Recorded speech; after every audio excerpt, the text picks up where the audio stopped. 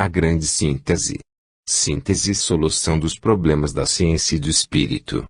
Pietro Baldi. Apresentação. Ao publicar esta edição de A Grande Síntese, cumpre a editora apresentar ao público o mais famoso livro do eminente professor Pietro Baldi, indubitavelmente o maior pensador intuitivo de nosso tempo. Muito embora a portentosa obra valha por si mesma, pelo seu profundo conteúdo científico, social e filosófico, não é demais conhecer opiniões de alguns renomados cientistas, filósofos, jornalistas e escritores espiritualistas. Esta tradução é da quarta edição italiana, 1948, quando o autor já havia escrito outros livros, por isso estão citados no fim deste volume. Os pronunciamentos que seguem foram externados a partir da primeira edição da obra, em 1937. A grande síntese, no seu aspecto interior e profundo, é uma revelação. Num mundo em que todo ser é constrangido por uma lei feroz a reclamar da carne do seu semelhante seu próprio alimento, esta é uma voz que tem um timbre diferente. É uma revelação, atingida conscientemente, através de métodos precisos de que apresentei a técnica.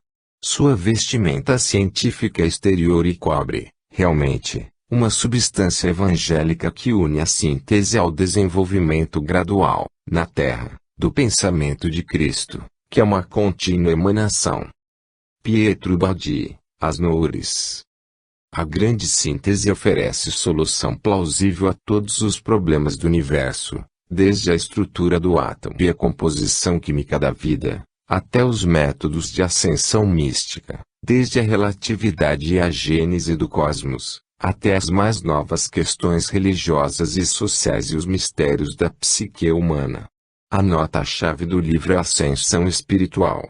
Isabel Emerson, escritora e jornalista da revista Light, de Londres, Inglaterra.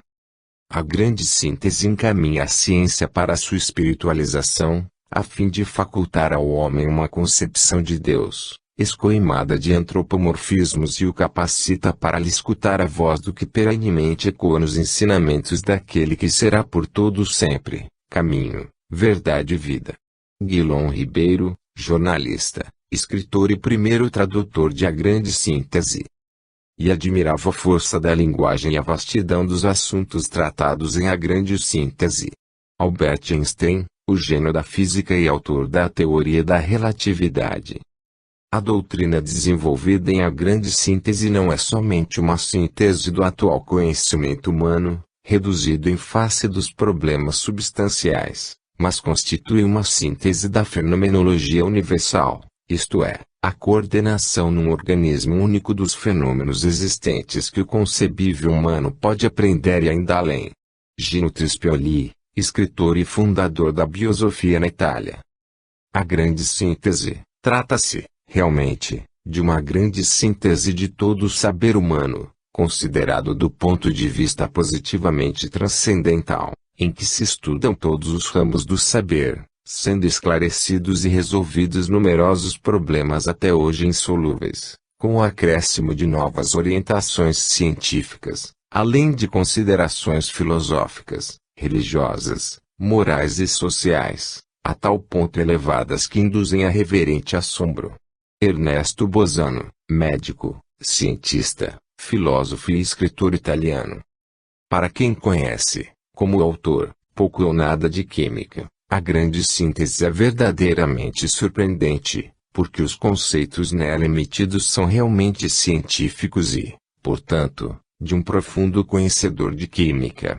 Professor Stopoloni, titular de Anatomia Descritiva, Histologia e Embriologia, da Universidade de Camerino, Itália. Ao finalizar a leitura de A Grande Síntese, temos a impressão de haver lido, ressurgido no século XX, um dos grandes profetas bíblicos. Igualá-la é difícil, superá-la, impossível, negá-la, absurdo, discuti-la, loucura. Mas aceitá-la e senti-la é prova de que, em nós, há uma centelha da divindade.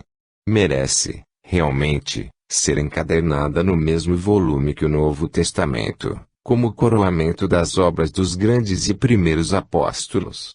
A força e a segurança fazem desta grande síntese uma continuação natural das epístolas e do Apocalipse, nada ficando a dever a elas.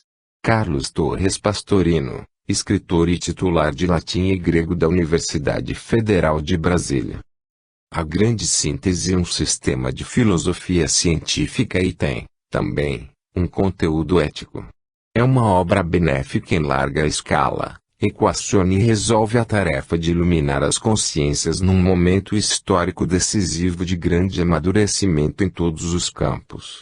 Tem, pois, um alcance também social e se insere como força viva na renovação espiritual para a qual o mundo se prepara laboriosamente. Quem ler esta obra, nessa profundidade, ouvirá ecoar as grandes correntes de pensamento, as titânicas forças cósmicas do imponderável que circunda o mundo. Ele é escritor e jornalista da revista La Ricerca Psíquica, de Milão, Itália.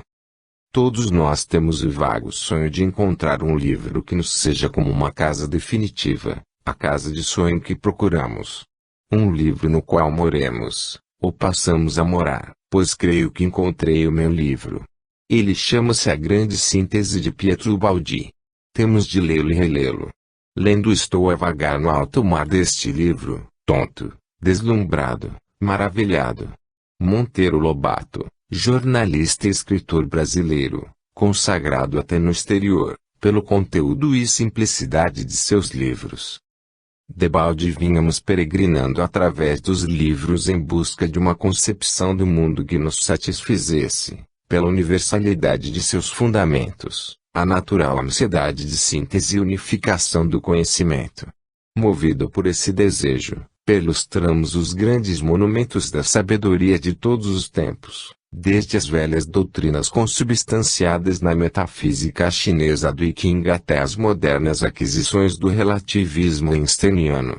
Examinamos o hinduísmo, nas expressões luminosas de seus mais eminentes mestres, estudamos o idealismo de Platão, o peripatetismo de Aristóteles, o racionalismo de Descartes, o criticismo de Kant, o panteísmo de Spinoza, o monadismo de Leibniz, o ocasionalismo de Malebranche, o epifenomenismo de Hume, o voluntarismo de Schopenhauer, o solipsismo de Berkeley, o transformismo de Darwin, o evolucionismo de Spencer, o positivismo de Comte, o pragmatismo de James, o monismo de Haeckel, o intuicionismo de Bergson, o panpsiquismo de Farias Brito, para, ao fim, sentirmos-nos tão vazios como dantes. Acabávamos de ler Carrel, quando surgiu nas livrarias a versão brasileira de A Grande Síntese.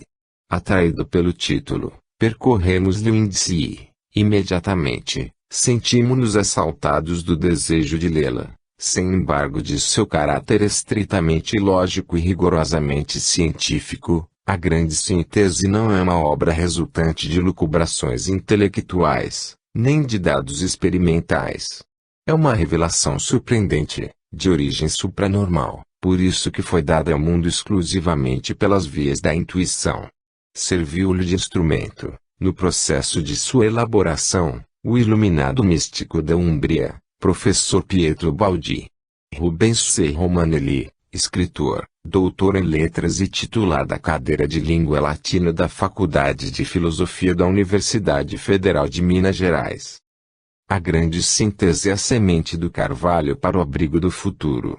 É o divino trigo lançado com imensa antecipação no campo do mundo, oferecendo à humanidade o alimento conceptual dos mais nobres e elevados princípios. É uma visão sublime de sabedoria e de amor, excelsa sinfonia dos séculos futuros. Bênção para a humanidade de hoje e código para a humanidade de amanhã. Clóvis Tavares, escritor e titular de Direito Internacional Público da Faculdade de Direito de Campos. A Grande Síntese, obra monumental de revelação, de ensinamento insuspeito, profundamente científico e eminentemente moral. De sua inesgotável sabedoria transluz a pureza de uma elevação que assombra, aguça e incita a alcançá-la, impela ascender. F. Vila, escritor e jornalista da revista Constância, de Buenos Aires, Argentina. Finalmente, torna-se imprescindível publicar a transcendente opinião de Emmanuel, através da psicografia elevada de Francisco Cândido Xavier. Quando todos os valores da civilização do Ocidente desfalecem numa decadência dolorosa, é justo que saudemos uma luz como esta, que se desprende da grande voz silenciosa de A Grande Síntese. A palavra de Cristo projeta nesta hora suas irradiações energéticas e suaves, movimentando todo um exército poderoso de mensageiros seus, dentro da oficina da evolução universal. Aqui, fala sua voz divina e doce, austera e compassiva. No aparelhamento destas teses, que muitas vezes transcendem o idealismo contemporâneo, há o reflexo soberano da sua magnanimidade, da sua misericórdia e da sua sabedoria. Todos os departamentos da atividade humana são lembrados na sua exposição de inconcebível maravilha.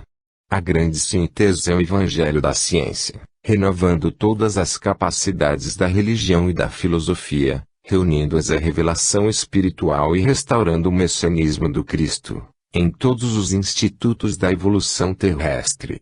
Curvemo-nos diante da misericórdia do Mestre e agradeçamos de coração genuflexo a sua bondade. Acerquemo-nos deste altar da esperança e da sabedoria, onde a ciência e a fé se irmanam para Deus. 1. Ciência e razão. Em outro lugar e de outra forma, consulte a obra Grandes Mensagens, falei especialmente ao coração, usando linguagem simples, adaptada aos humildes e aos justos que sabem chorar e crer. Aqui falo a inteligência, a razão cética, a ciência sem fé, a fim de vencê-la, superando-a com suas próprias armas. A palavra doce que atrai e arrasta, porque comove, foi dita. Indico-vos agora a mesma meta, mas por outros caminhos, feitos de ousadias e potência de pensamento, pois quem pede isso não saberia ver de outra forma, por faltar-lhe a fé ou incapacidade de orientação para compreender. O pensamento humano avança. Cada século, cada povo segue um conceito de acordo com o desenvolvimento que obedece a leis a que estáis submetidos. Em qualquer campo, a nova ideia vem sempre do alto e é intuída pelo gênio. Depois, dela vos apoderais, a observais, a decompondes, a viveis, passando, então, a vossa vida e as leis. Assim, dessa ideia aí, quando se fixa na matéria, já esgotou o seu ciclo, já aproveitastes todo o seu suco e a julgais fora para absorverdes, em vossa alma individual e coletiva novo sopro divino. Vosso século possuiu e desenvolveu uma ideia toda própria que os séculos precedentes não viam, pois estavam atentos em receber e desenvolver outras. Vossa ideia foi a ciência, com que acreditastes descobrir o absoluto, embora essa também seja uma ideia relativa que, esgotado o seu ciclo, passa. Eu venho falar-vos exatamente porque ela está passando. Vossa ciência lançou-se num beco escuro, sem saída, onde vossa mente não tem amanhã. Que vos deu o último século. Máquinas como jamais o mundo as teve, mas que, no entanto, são apenas máquinas, e, em compensação, reciclou vossa alma. Essa ciência passou como um furacão destruidor de toda a fé e vos impõe, com a máscara do ceticismo, um rosto sem alma. Sorris despreocupados, mas vosso espírito morre de tédio e ouvem-se gritos dilacerantes. Até vossa própria ciência é uma espécie de desespero metódico, fatal, sem mais esperanças. Terá ela resolvido o problema da dor? Que uso sabe fazer dos poderosos meios que lhe deram os segredos arrancados da natureza? Em vossas mãos, o saber e a força transformam-se sempre em meios de destruição. Para que serve, então, o saber, se ao invés de impulsionar-vos para o alto, tornando-vos melhores, para vós se torna instrumento de perdição? Não riais, ó céticos, que julgais ter resolvido tudo, porque sufocastes o grito de vossa alma que anseia por subir. A dor vos perseguir e vos encontrará em qualquer lugar. Sois crianças que julgais evitar o perigo escondendo a cabeça e fechando os olhos, Mas existe uma lei, invisível para vós, todavia mais forte que a rocha, mais poderosa que o furacão, que caminha inexorável movimentando tudo, animando tudo. Essa lei é Deus. Ela está dentro de vós. Vossa vida é uma exteriorização dela e derramará sobre vós alegria ou dor, de acordo com a justiça, como merecerdes. Eis a síntese que vossa ciência, perdida nos infinitos pormenores da análise, jamais poderá reconstituir. Eis a visão unitária, a concepção apocalíptica que venho trazer-vos. Para que me possa fazer compreender, é mister que fale de acordo com vossa mentalidade e me coloque no momento psicológico que vosso século está vivendo. É indispensável que eu parta justamente dos postulados da vossa ciência, para dar-lhe uma direção totalmente nova. Vosso sistema de pesquisa objetiva, a base da observação e experiência, não vos pode levar além de certos resultados. Cada meio pode fornecer certo rendimento e nada mais, e a razão é um meio. A análise não poderia chegar à grande síntese, grande aspiração que ferve no fundo de todas as almas, senão por meio de um tempo infinito, de que não dispondes. Vossa ciência arrisca-se a não concluir jamais e o ignorabimus quer dizer falência. A tarefa da ciência não pode ser apenas a de multiplicar vossas comodidades. Não estranguleis, não sufoqueis a luz de vosso espírito, única alegria e centelha da vida, até o ponto de tornar a ciência, que nasce do vosso intelecto, uma fábrica de comodidades. Esta é a prostituição do espírito, é vergonhosa venda de vós mesmos a matéria. A ciência pela ciência não tem valor, vale apenas como meio de ascensão da vida. Vossa ciência tem um pecado original, dirigir-se apenas à conquista do bem-estar material. A verdadeira ciência deve ter como finalidade tornar melhores os homens. Eis a nova estrada que precisa ser palmilhada. Essa é a minha ciência. Não falo para ostentar sabedoria ou para satisfazer a curiosidade humana, vou direto ao objetivo, para melhorar-vos moralmente, pois venho para fazer-vos o bem. Não me vereis despender qualquer esforço para adaptar e enquadrar meu pensamento ao pensamento filosófico e humano, ao qual me referirei o menos possível. Ao contrário, ver-me-eis permanecer continuamente em contato com a fenomenologia do universo. Importa escutar verdadeiramente essa voz, que contém o pensamento de Deus. Compreendei-me, vós que não acreditais, vós céticos, que julgais sabedoria a ignorância das coisas do espírito e, no entanto, admirais o esforço de conquista que o homem, diariamente, exerce sobre as forças da natureza. Ensinar-vos-ei a vencer a morte, a superar a dor, a viver na grandiosidade imensa de vossa vida eterna. Não acorrereis com entusiasmo o esforço necessário para obter tão grandes resultados. Vamos, pois, homens de boa vontade, ouvi-me. Primeiro compreendei-me com o intelecto e quando este ficar iluminado e virdes claramente a nova estrada que vos traço, palpitará também vosso coração e nele se acenderá a chama da paixão, para que a luz se transmude em vida e o conceito em ação. O momento é crítico, mas é mister avançar.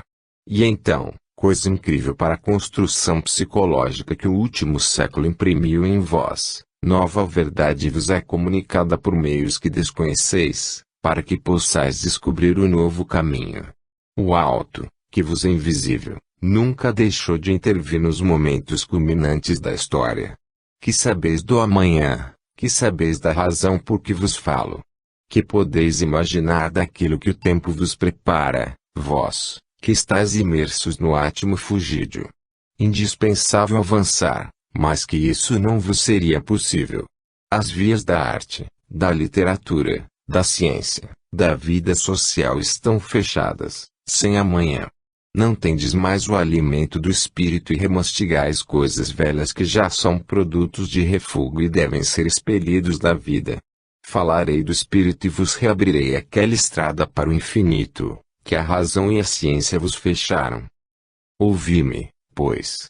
A razão que utilizais é um instrumento que possuís para prover os mistérios, as necessidades mais externas da vida, conservação do indivíduo e da espécie.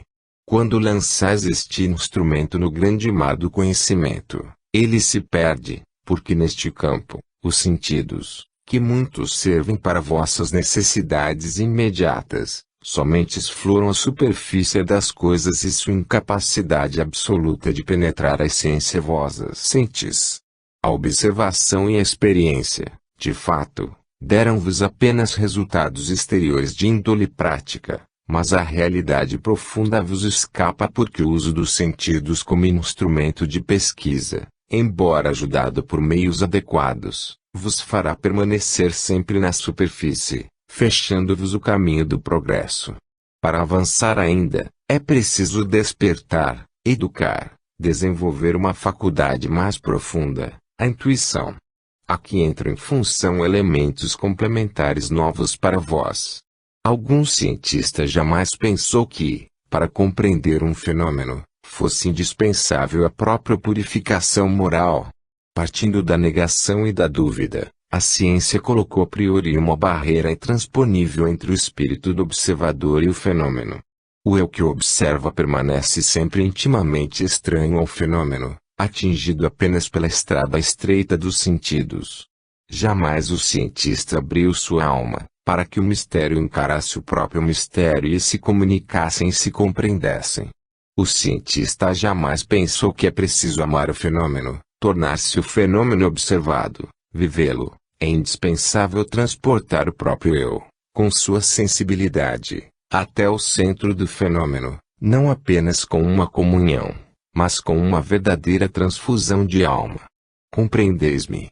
Nem todos poderão compreender, pois ignoram o grande princípio do amor, ignoram que a matéria é, em todas as suas formas, até nas menores, sustentada, guiada, organizada pelo Espírito que, em diversos graus de manifestação, existe por toda parte.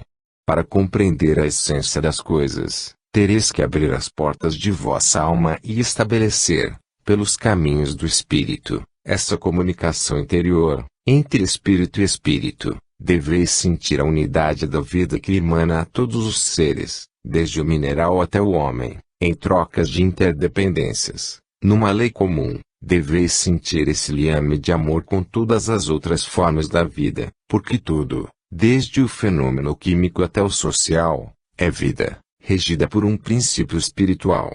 Para compreender, é necessário que possuais uma alma pura e que um liame de simpatia vos una a todo o criado. A ciência rige tudo isso e por esse motivo deve limitar-se a produzir comodidades e nada mais.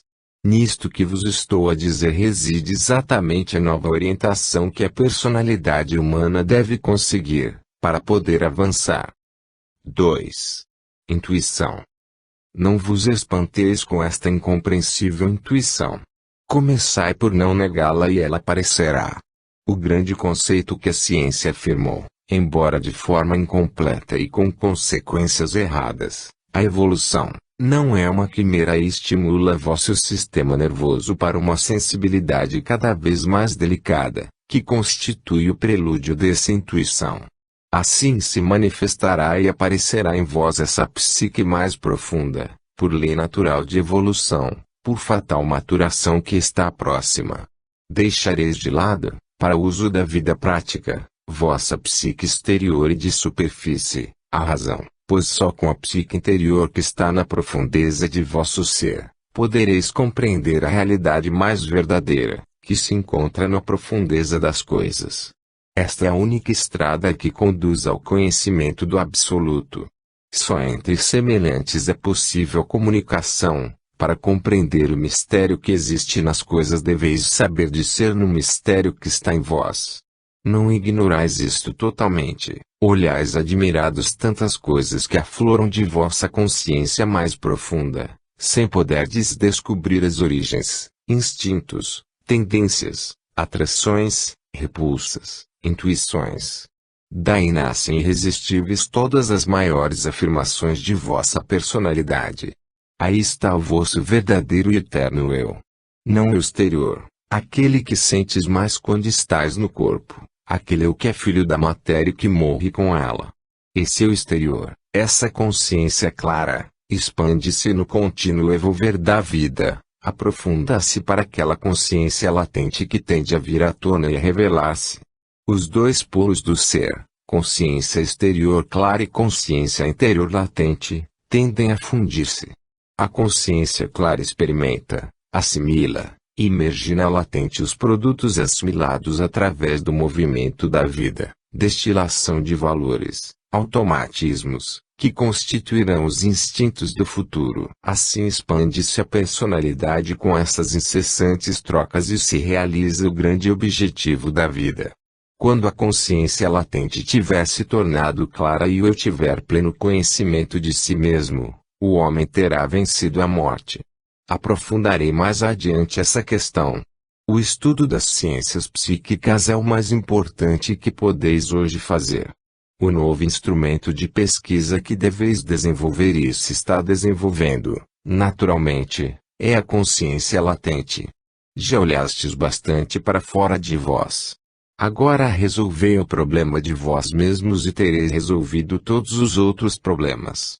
Habituai aos poucos vosso pensamento a seguir esta nova ordem de ideias. Se souberdes transferir o centro de vossa personalidade para essas camadas profundas, sentireis revelar-se em vós novos sentidos, uma percepção anímica, uma faculdade de visão direta, esta é a intuição da qual vos falei. Purificai-vos moralmente e refinai a sensibilidade do instrumento de pesquisa, que sois vós, e só então podereis ver. Aqueles que absolutamente não sentem essas coisas, os imaturos, ponham-se de lado, torneiem-se até chafurdarem-se na lama de suas baixas aspirações e não peçam o conhecimento, precioso prêmio concedido apenas a quem duramente o mereceu. 3. As provas.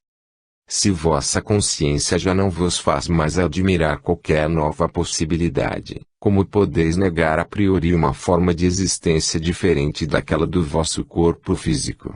Pelo menos, deveis alimentar a dúvida a respeito da sobrevivência que vosso interno vos sugere a cada momento, e que inconscientemente, por instinto, sonhais em todas as vossas aspirações e obras.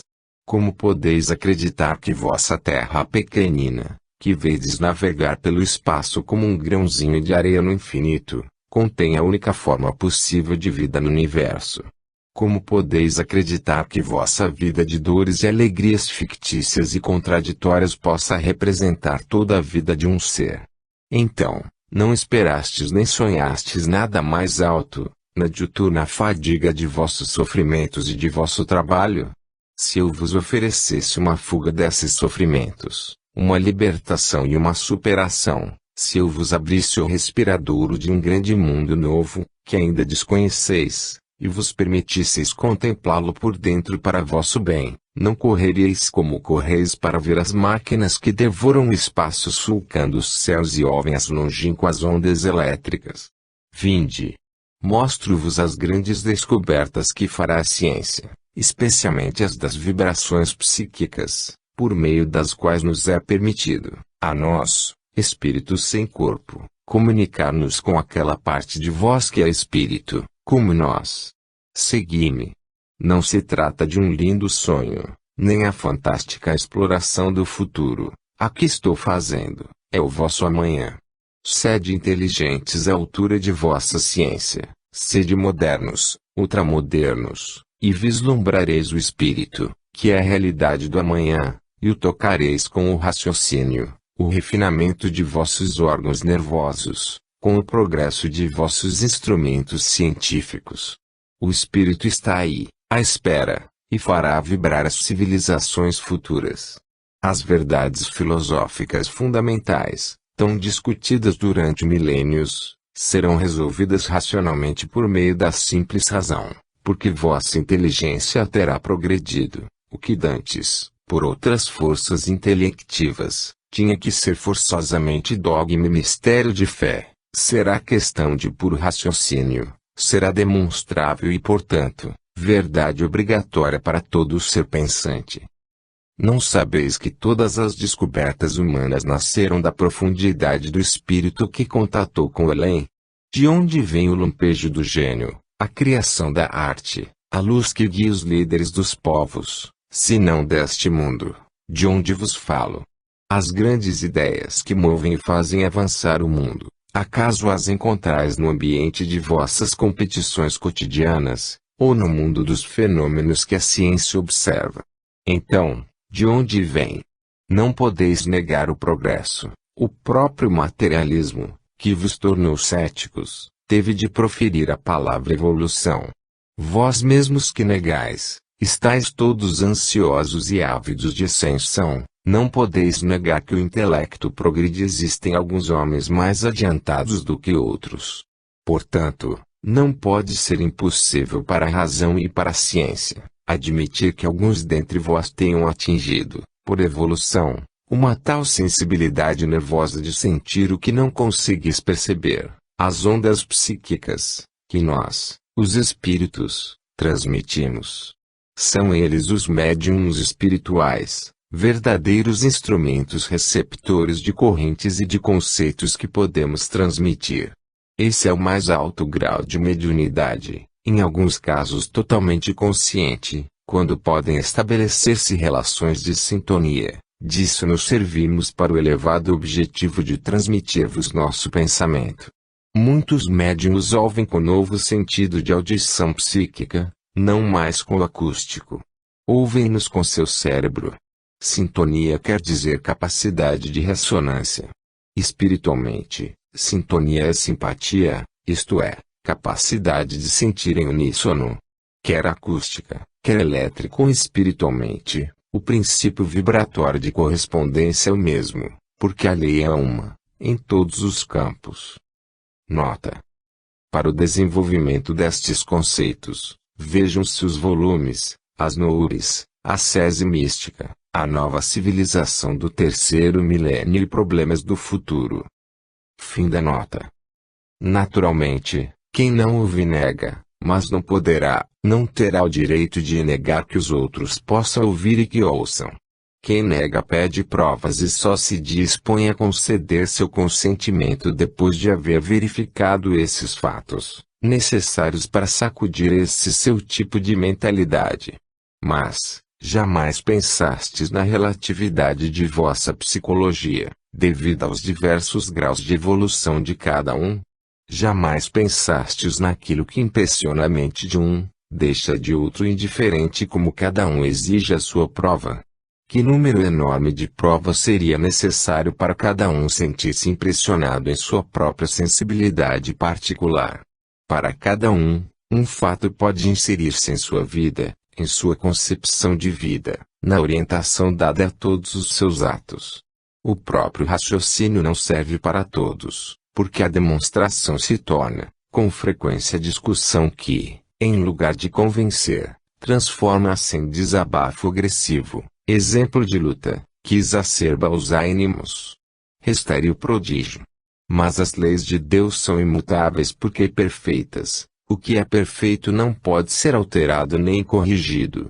Acreditai, só em vossa psicologia sedenta de violações pode existir esse pensamento atrasado de que uma violação seja prova de força. Isso pode ter ocorrido em vosso passado de homens selvagens, imbuídos de luta e rebelião. Para nós, o poder está na ordem, no equilíbrio, na coordenação das forças, e não na revolta, na desordem, no caos. Além disso, um milagre vos convenceria. O Cristo fez tantos. Acreditastes? Um milagre é sempre um fato exterior a vós. Podeis negá-lo todas as vezes que vos for cômodo, porque perturba vossos interesses. Conclusão: ou tendes pureza de ânimo e sinceridade de intenções e então sentireis em minha palavra a verdade, sem provas exteriores, eis a intuição, pelo seu tom e conteúdo, ou estáis de má fé e vos aproximais com duplo fim, para demolir ou especular porque, acima de qualquer discussão, já colocastes o preconceito de vosso interesse ou vantagem. Então, estáis armados para recusar qualquer prova.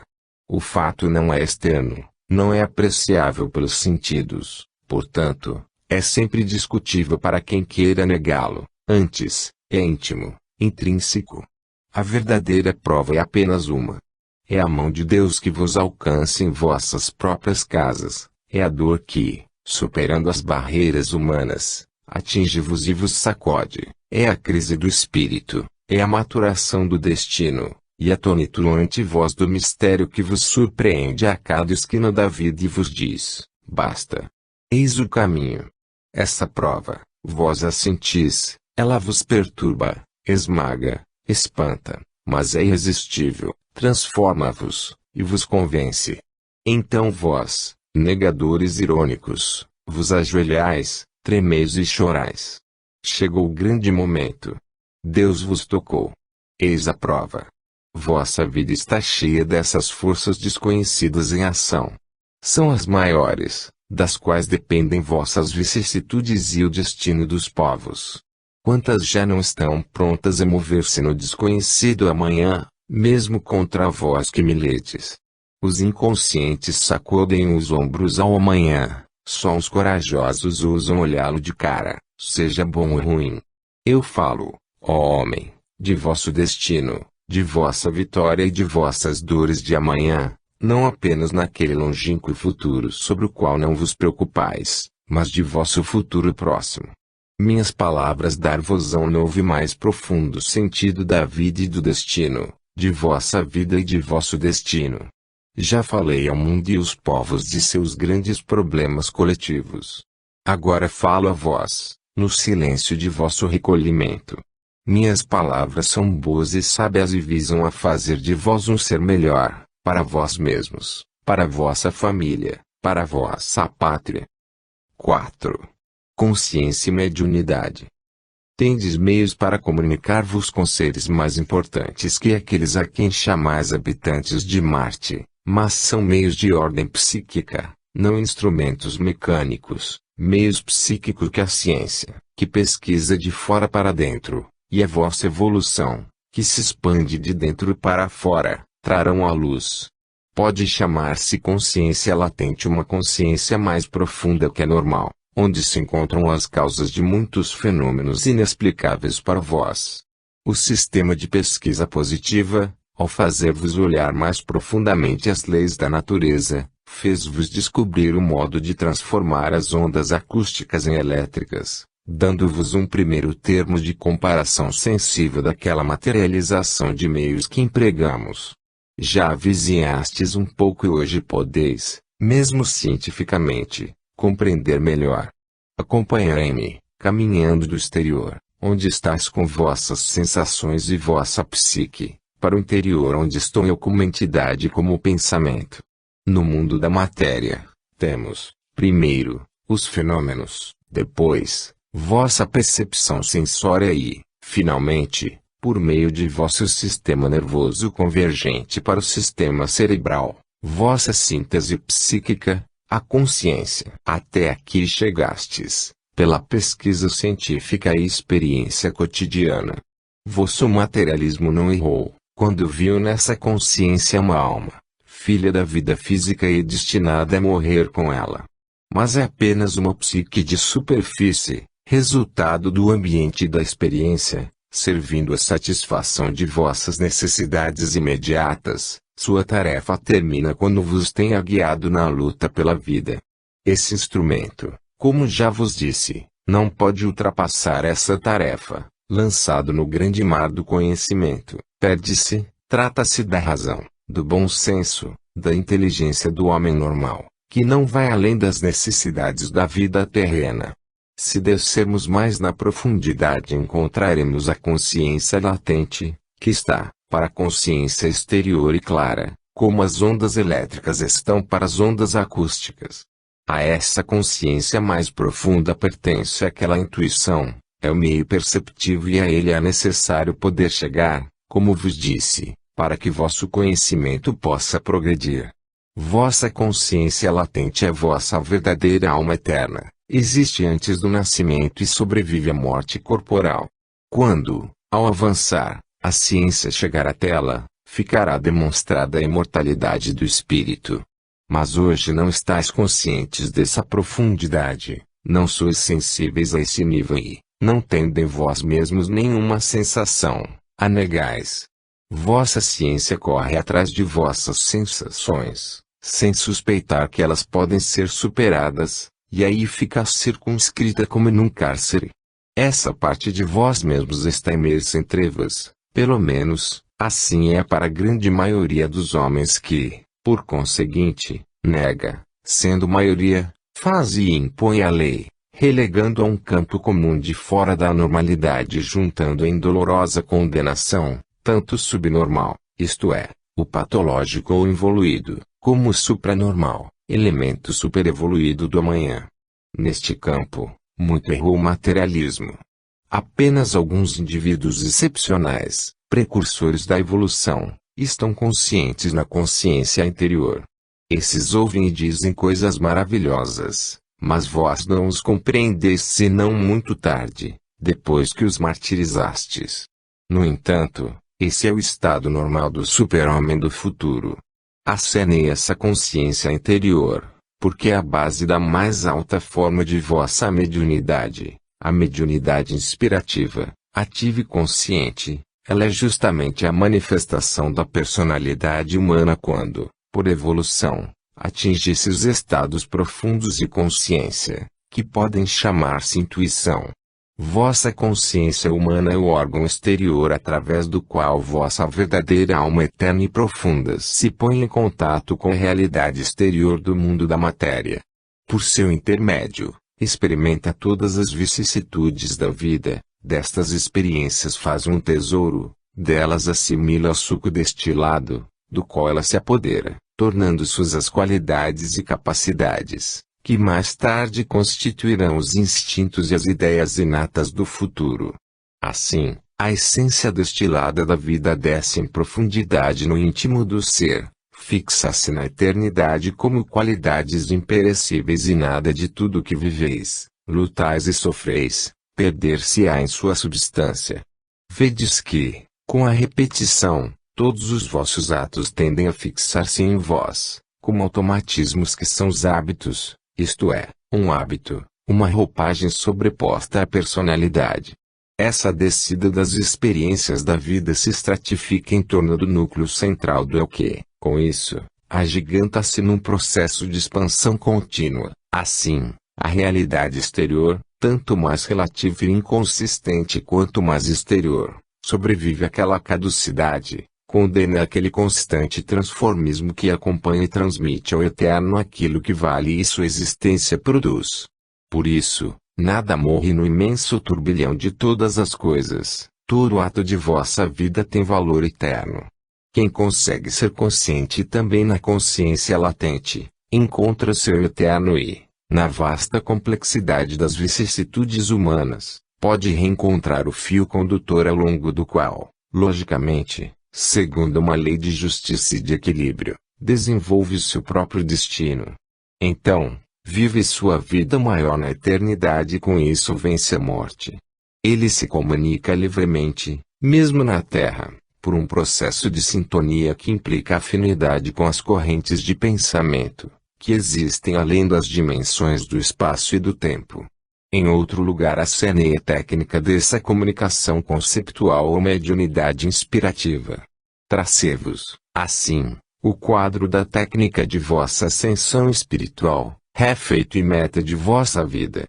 Em minhas palavras vereis sempre pairar esta grande ideia de evolução, não no limitado conceito materialista de evolução de formas orgânicas, mas no bem mais vasto conceito de evolução de formas espirituais, de ascensão de almas. Este é o princípio central do universo, a grande força motriz de seu funcionamento orgânico. O universo infinito palpita de vida aqui, ao reconquistar sua consciência, retorna a Deus. É este o grande quadro que vos mostrarei. Essa é a visão que, partindo de vossos conhecimentos científicos, indicar-vos-ei.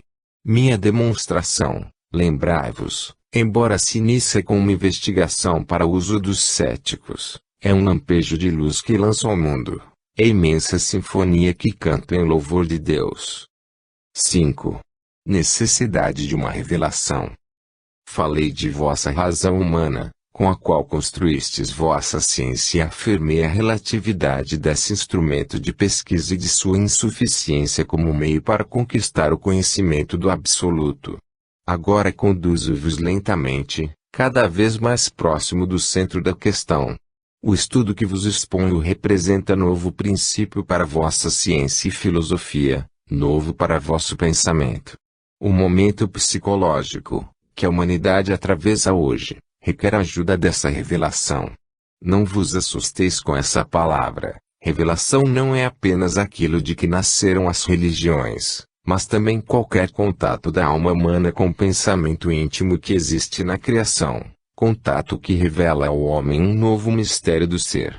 Como está hoje, vós o sabeis, a psicologia humana não tem amanhã, ela o busca ansiosamente, mas por si só não sabe achá-lo. Espera algo, confusamente, sem saber o que poderá nascer, de onde e como, mas espera por necessidade íntima, por imperioso instinto, porque este constitui a lei da vida, permanece na expectativa de ouvir algo e se limita a avaliar as vozes, as verdadeiras e as falsas, a fim de escolher aquela que corresponderá a seu infalível instinto, descendo das profundidades do infinito, será a única a fazê-la tremer. Esperam-na, sobretudo, os homens de pensamento que estão à frente do movimento intelectual, esperam-nos homens de ação, que estão à frente do movimento político e econômico do mundo. A mente humana procura um conceito que abale, conceito profundo e mais poderosamente sentido, que a oriente para a iminente nova civilização do terceiro milênio. Alguns dos conceitos de que dispõe são insuficientes, outros esgotados, outros tão cobertos de incrustações humanas, que por estas ficam esmagados. A ciência, tão enseguecida de orgulho desde que nasceu, demonstrou-se impotente diante dos últimos porquês e, com a pretensão de generalizar partindo de poucos princípios, os mais baixos, prejudicou-vos, abaixando-vos, fazendo-vos retroceder para aquela matéria, a única que estudava. As filosofias são produtos individuais, elevando ao sistema aquela indiscutível premissa que é o próprio eu, embora sendo intuições, são intuições parciais, visões pessoais que só interessam ao grupo dos afins. O bom senso é instrumento imediato para as finalidades materiais da vida e não pode superá-las, então não pode bastar. As religiões, tantas erro imperdoável, todas lutando entre si, exclusivistas na posse da verdade e isto em nome do próprio Deus, aplicando-se não a procurar a ponte que as una, mas a cavar o abismo que as divida. Anseiam invadir o mundo todo, ao invés de se coordenarem no nível que lhes compete, em vista da profundidade da revelação recebida. Infelizmente, recobriram de humanidade a originária centelha divina. Devo definir desde logo meu pensamento, para não ser mal interpretado e posto na mira dos ansiosos de destruição e agressividade humana. Não venho para combater nenhuma religião, mas para coordená-las todas, como a outras aproximações diferentes da verdade, uma e não múltipla, como quereris. No entanto, coloco no mais alto posto da terra a revelação e a religião de Cristo, porque é a mais completa e perfeita dentre todas.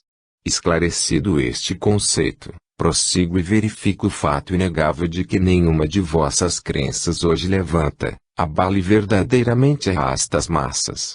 Diante das grandes paixões que outrora moviam os povos, hoje o espírito se encontra adormecido no ceticismo, de tal forma caiu no vazio, que não tem força para rebelar-se, nem sombra de interesse, ainda que para negar, tornou-se um nada recoberto por sorridente máscara, desceu ao último degrau, está na última fase de esgotamento, a indiferença.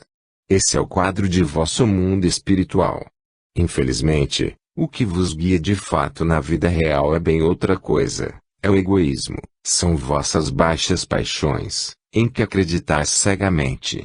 Mas a isto não podeis chamar uma orientação, um princípio capaz de dirigir-vos objetivos mais elevados.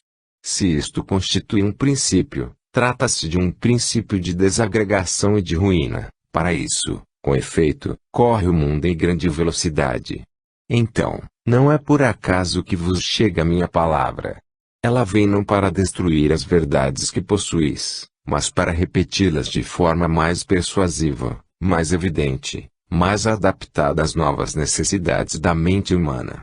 Vossa psicologia não é a mesma de vossos pais e as formas adequadas para eles, não são para vós. Sois inteligências que saíram da minoridade. Vossa mente habituou-se a olhar por si e hoje pode suportar visões mais vastas. Pede, quer saber e tem direito de saber mais. Por vossa maturação, podeis hoje ver e resolver diretamente problemas que mal eram suspeitados por vossos avós.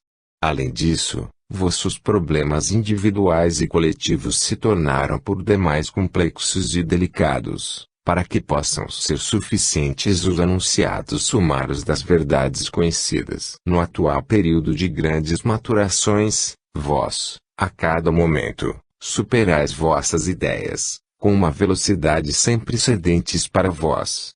Pondo de parte os imaturos e mentirosos, existe grande número de honestos que precisam saber mais e com maior precisão.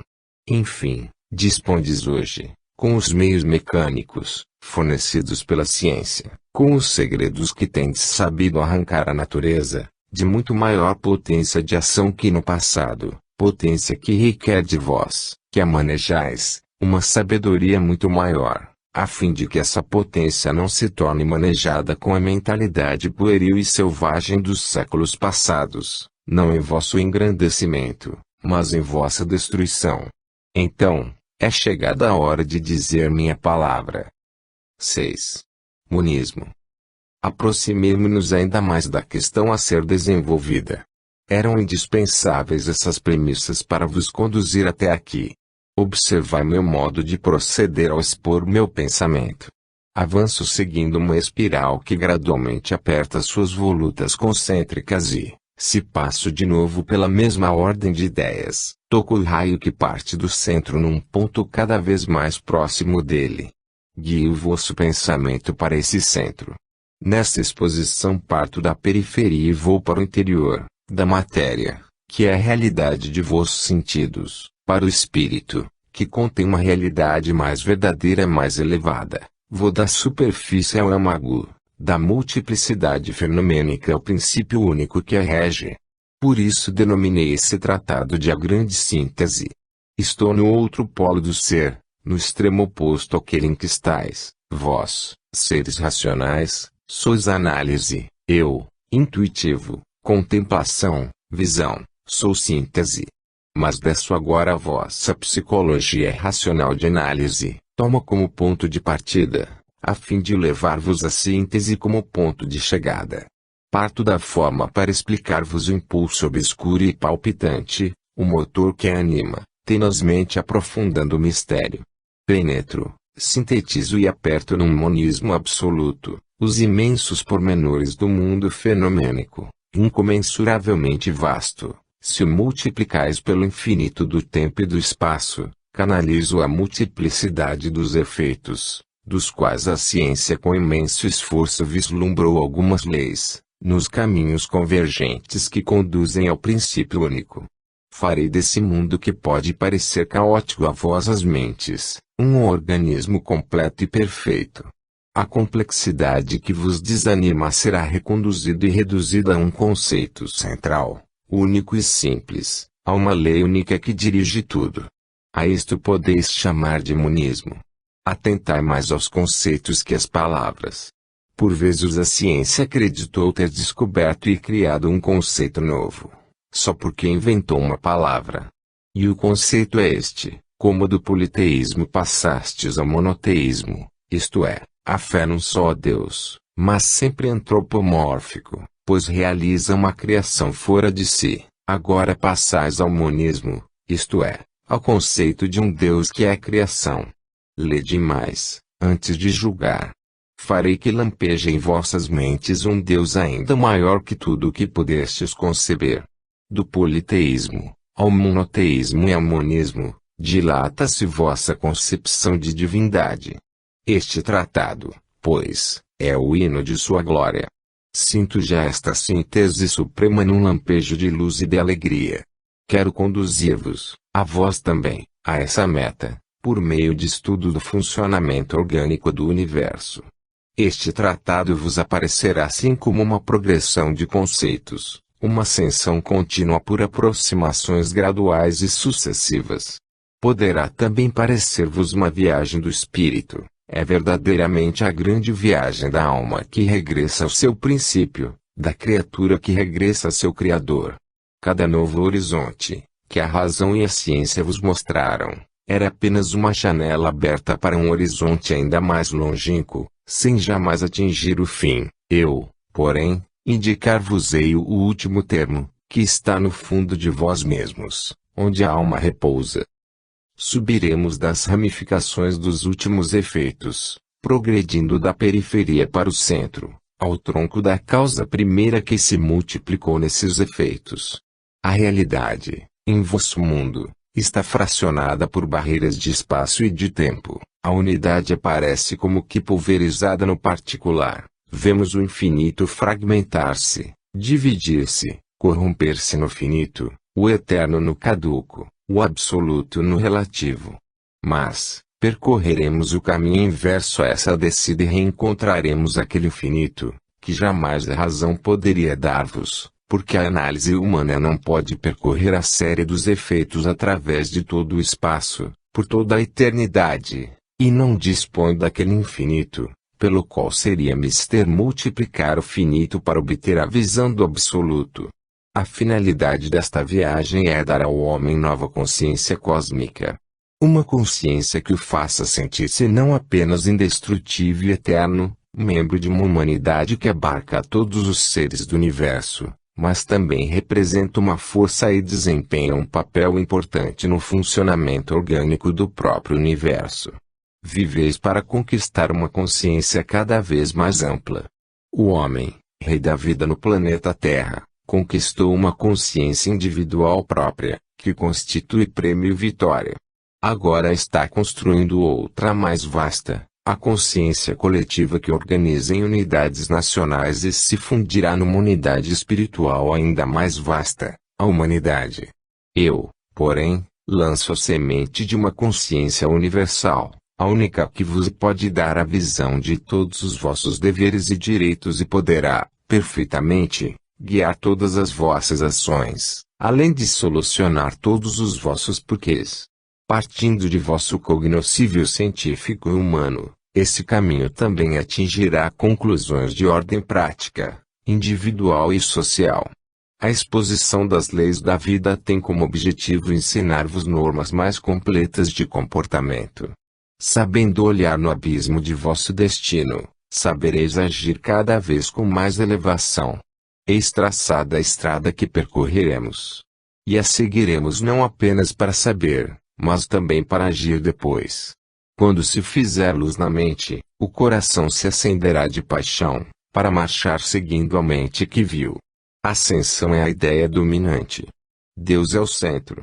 Este tratado é mais que uma grande síntese científica e filosófica, é uma revolução introduzida em vosso sistema de pesquisa, nova direção dada ao pensamento humano, para que, após este impulso, possa canalizar novo caminho de conquistas. É uma revolução que não arrasa nem nega, implantando arbítrio e desordem, mas afirma e cria, guiando-vos a uma ordem e equilíbrio cada vez mais completo e complexo, para uma lei cada vez mais forte e mais justa. Pois bem, para ajudar a nascer em vós esta nova consciência que está por surgir à luz, para estimular esta vossa transformação que está iminente, imposta pela evolução, da fase humana à fase super-humana, eu vos ensino novo método de pesquisa, praticado por via da intuição. Indico-vos a possibilidade de nova ciência conquistada com o sistema dos místicos, no qual os fenômenos são penetrados por meio de nova sensibilidade, abrindo as portas da alma, além das dos sentidos, da alma da qual vos terei ensinado todos os recursos insuspeitados e meios de percepção direta. Desse modo, os fenômenos não serão mais vistos nem ouvidos, nem tocados por um eu qualquer, mas sentidos por um ser que se transformou em delicadíssimo instrumento de percepção, porque sensitivamente evoluído, nervosamente refinado e, sobretudo, moralmente aperfeiçoado. Ciência nova, conduzida pelos caminhos do amor e da elevação.